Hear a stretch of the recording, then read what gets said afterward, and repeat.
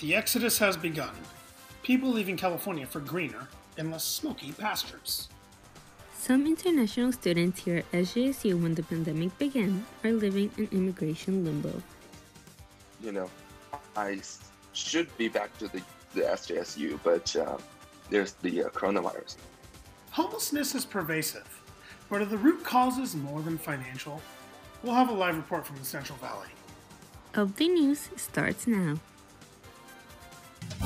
From the School of Journalism and Mass Communications at San Jose State University, your source for what's happening with a fresh perspective on today's issues. You're watching Update News. Welcome to Update News. I'm Fernanda de Velasco. And I'm Danny White. California State Universities will have a new chancellor starting in January. The Board of Trustees announced Wednesday that Fresno State President Joseph Castro will become the 8th chancellor of the CSU system.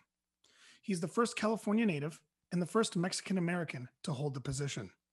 He will succeed Chancellor Timothy White, who's retiring, after leading the university for 8 years. SJSU's International House is temporarily closed in order to meet the state's COVID guidelines. Regardless, international students who remain in the country and those who are living abroad are both facing challenges. The global pandemic has prompted some international students who were studying in the U.S. to go back to their home countries. Others are struggling to find places to live around the SJSU campus. I should be back to the SJSU, but there's the coronavirus. Yankee Lee was supposed to come back to SJSU after a visit home, but with new immigration policies established because of the pandemic, he had to stay back in China. Difficult to get up on 3 a.m. It's early morning in China, so it's pretty difficult for me. Liu struggles to take classes from midnight to 7 a.m., but time difference isn't the only struggle international students are facing. The most important and the difficulty probably is the culture barrier and the language barrier. Hao-Jun Song says he and many other international students come study abroad to learn the language and the way of life in the United States, but the pandemic has made those goals challenging. Like most the international came here understand the American culture. And especially in this pandemic, it's even harder. It's been a confusing time for international students living here and abroad. First, ICE said that students could not remain in the U.S. if they were taking mainly online classes. Although the directive was lifted, many international students are worried that the policy may change, and so they remain back in their home countries. SJSU's International Programs Manager, Carrie Thoma, says that they are doing what they can to make the struggling semester smoother for international students. We've created Global Spartan Welcome is like our international student orientation that really covers more immigration regulation. Despite the struggles, SJSU continues to teach more than 4,000 international students. California is a beautiful place to live, but at what cost? The average monthly rent for one person in California is $1,420. Compare that to somewhere like Texas, which is only around $900 a month. It's reasons like these that Californians want to leave. The amount of money it takes to live in the Bay Area and Santa Cruz can be ridiculous, but when you throw a global pandemic on top of that and a record high unemployment rate, it can be nearly impossible. With the closure of my restaurant, I wasn't able to find a job that was able to sustain the lifestyle that I had created. Alex Hydock is one of the many Californians eyeing greener pastures. I'm really taking a step towards what I want for my future. And what I want for my future is to own property. And if I have to move out of state to do that, I'm going to try. According to the U.S. Census Bureau, there has been a net loss of more than 1 million people between 2007 and 2016. We've seen actually a large influx, which is kind of interesting. But I know, again, me personally, my circle of friends down here, I know I definitely have seen quite a few people that have left that are renters. With the average cost of living in the Bay Area coming in at around $5,000 a month, it can make it pretty hard for lower income people to afford it. Seems like it's more of the affluent, college educated type people that are moving in. It's too expensive. I've tried for 3 years to make it. For people like Courtney, saving up wasn't even an option because their rent was too high. I think a lot of people were staying here because they were stuck. For Courtney, living in California means living paycheck to paycheck, which can make moving out of the Golden State a rather hard thing to do. This is my life savings. $4,000. That's all I have. With that $4,000, Courtney can put a safety deposit down on a house and pay for almost 3 months' rent.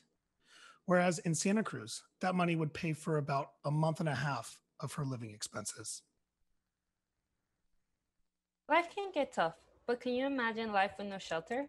Thankfully, there are people who are willing to help those living on the streets.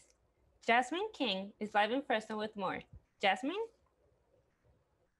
Fernanda, homelessness is very prevalent here in the Fresno City area, and Fresno Mission has made it their mission to help. Whether they are providing a hot meal or a warm bed to the homeless or rehabilitation treatment for those in recovery, they are extending a helping hand.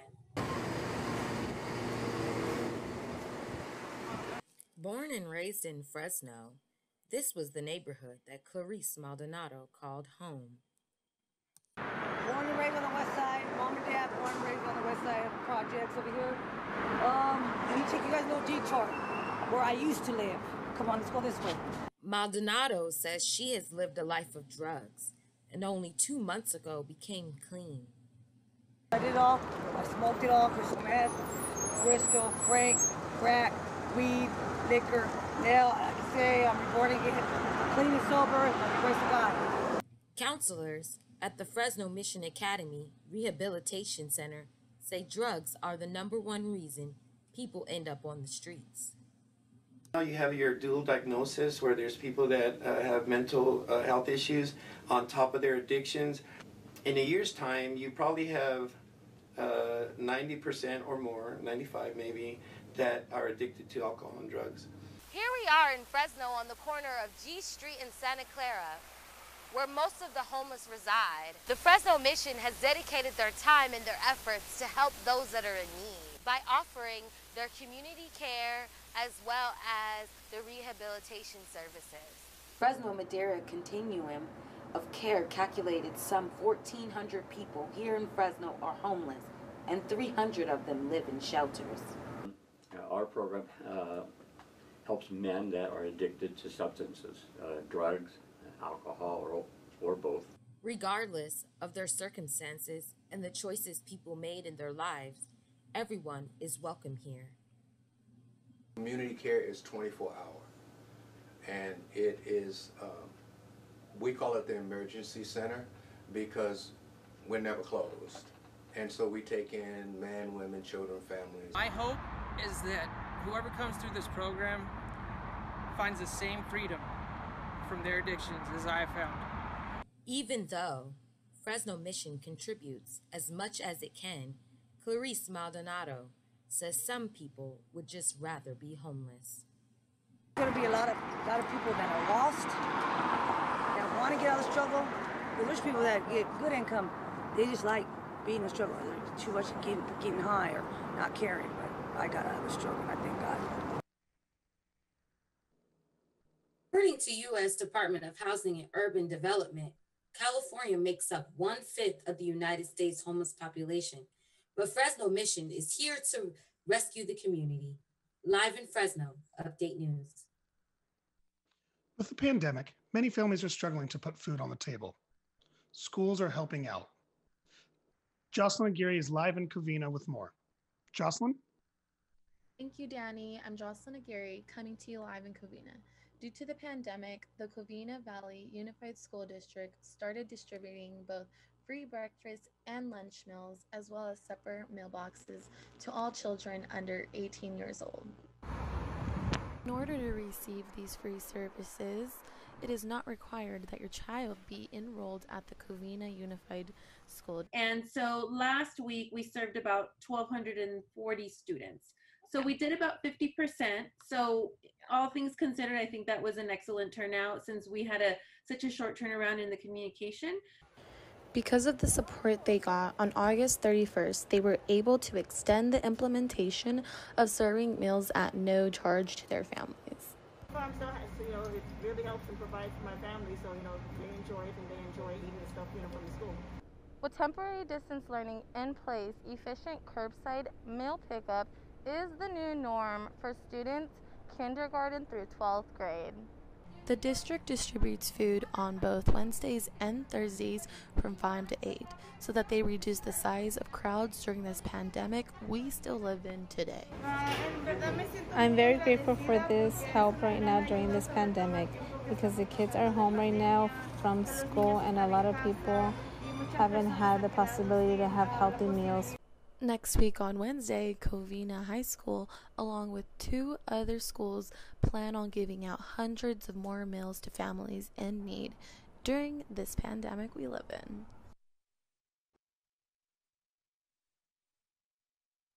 Into money from their general funds to feed adults. Live from Covina, Update News. Air is finally clearing a bit in the Bay Area. Student meteorologist Joshua Gilman is here to give us an idea of how deeply we can finally breathe. Meteorologists, especially fire scientists, have been monitoring the overall air quality here in the Golden State. In the Bay Area, the air quality has drastically improved compared to the past 1 month. I interviewed Alejandro from San Jose State campus to see how he's been enjoying the fresher air. I feel like it's great because now I'm able to go outside and go for a run if I want to. As of before, I couldn't because of the smoke. I hiked once, but I've just been enjoying the outdoors, walking around. It's better now, way much better. Bay Area residents are certainly enjoying the returning blue skies. However, other parts of the country are still experiencing air quality issues and smoke. I interviewed Nathan Tannenbaum, a TV meteorologist from Las Vegas, as he discusses the air in Vegas. So I don't know that we've actually seen ash. The fires have to be much closer for us to get that. And we've had some fires closer where we have seen some ash, but in the past couple of weeks, not so much. However, I'm a runner for exercise. I go outside and run, and I have smelled what's feels like a campfire, and you're kind of looking around and you go, oh, that's just the air mass that is so full of all of that you feel it and you smell it. Yeah, it's very relieving to see the blue skies once again, don't you think? Oh, I'm very glad. I think I could speak on behalf of everyone with asthma that I'm glad to go back outside. I certainly do love a blue sky. Stay with us. There's much more news ahead. Guadalupe had a bus on join bees. us with a look They're at having trouble environmental due to issues. conditions here in California. Farm workers are getting a little help from the community, just when they need it. Update News will be right back.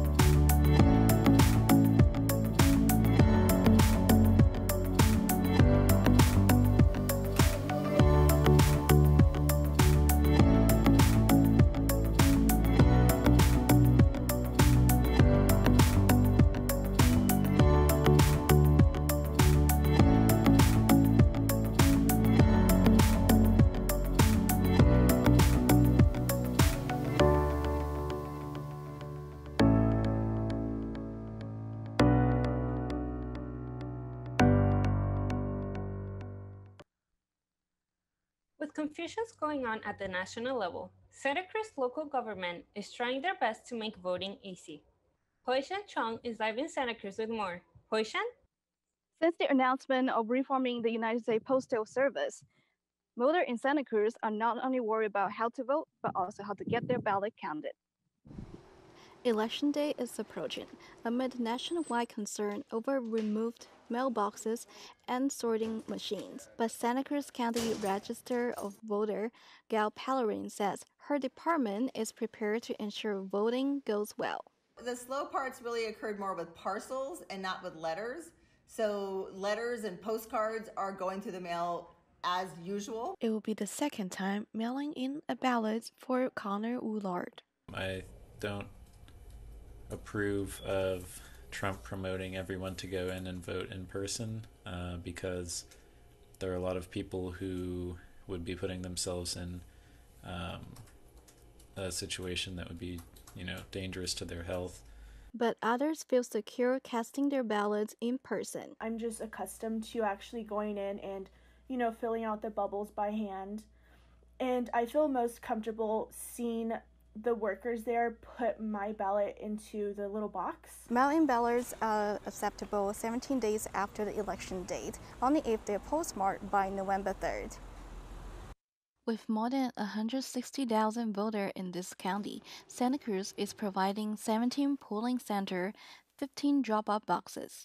People who mail in their ballots can directly trace their votes on Where Is My Ballot website, or they can sign up for the USPS Informed Delivery service. And make sure you get it voted and turn in as quickly as you can. We're all in favor of people voting early. Although there are unpredictabilities of the upcoming elections, one sure thing for voters to do is to check their mailboxes and contact the county office if they detect a problem. Live in Santa Cruz, Jorge Sanchan, Update News. With all the problems in the environment, today we're digging in. Guadalupe Migdio is here with us to talk about environmental issues, starting with bees, who I'm allergic to, but I know they're important. Yes, many people don't like bees, Danny, but they are actually very crucial here in the Central Valley. Right. Beekeepers are having a difficult time keeping their bees healthy. The buzzing sound is one that frightens most people and can lead to the killing of many bees. In the Central Valley, beekeepers are doing all they can to protect these insects. The problems bees are having right now is that they can become extinct due to pesticides, the fires, and contamination. Bees have been declining, and the current fires in California have had a negative effect. It's gonna be affecting us pretty much because we depend so much on the bees, the bee pollination, and we're losing millions and millions of bees. This is why it is so important to maintain our bees, because the Central Valley is a valley that has all the agriculture that provides food for us. Therefore, it is important. Her bees do not come out in search of food when the air pollution is bad. She is left creating an alternative method to feed her bees. It affects us because the bees are the ones who pollinate the almonds, and if there's not enough pollination, there's not enough to harvest. Sergio, a local farmer, fears a tough harvest next year. We're gonna have less production, so much less production. And beekeepers are continuing to do all they can in protecting these insects.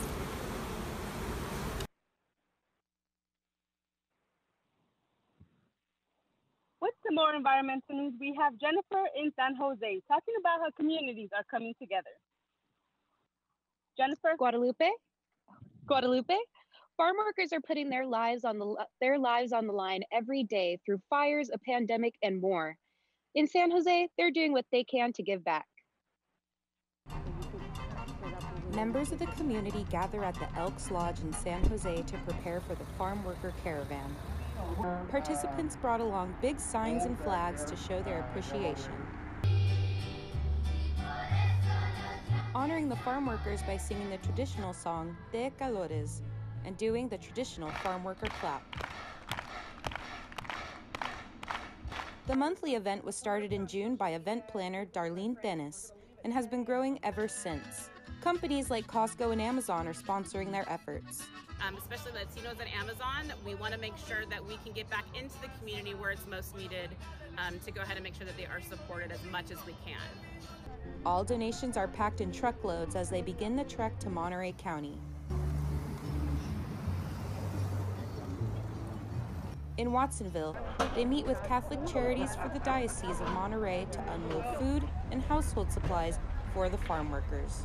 telling them about our services for immigration, for legal citizenship, for naturalization, for DACA renewals, for rent assistance, and financial aid for those suffering from the shelter-in-place orders. Many people gather to show their appreciation for the farm workers.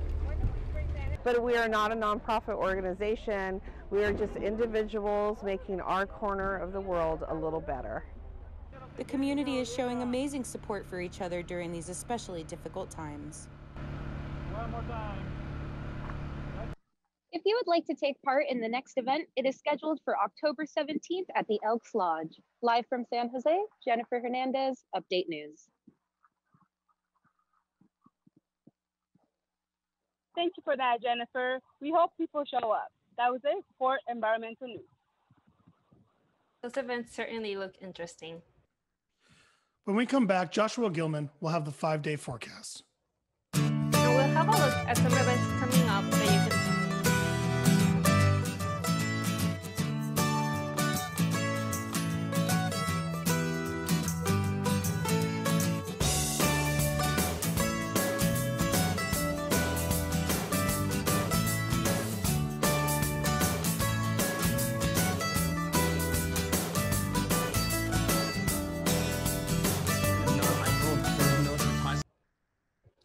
Joshua Gilman is here with the weather.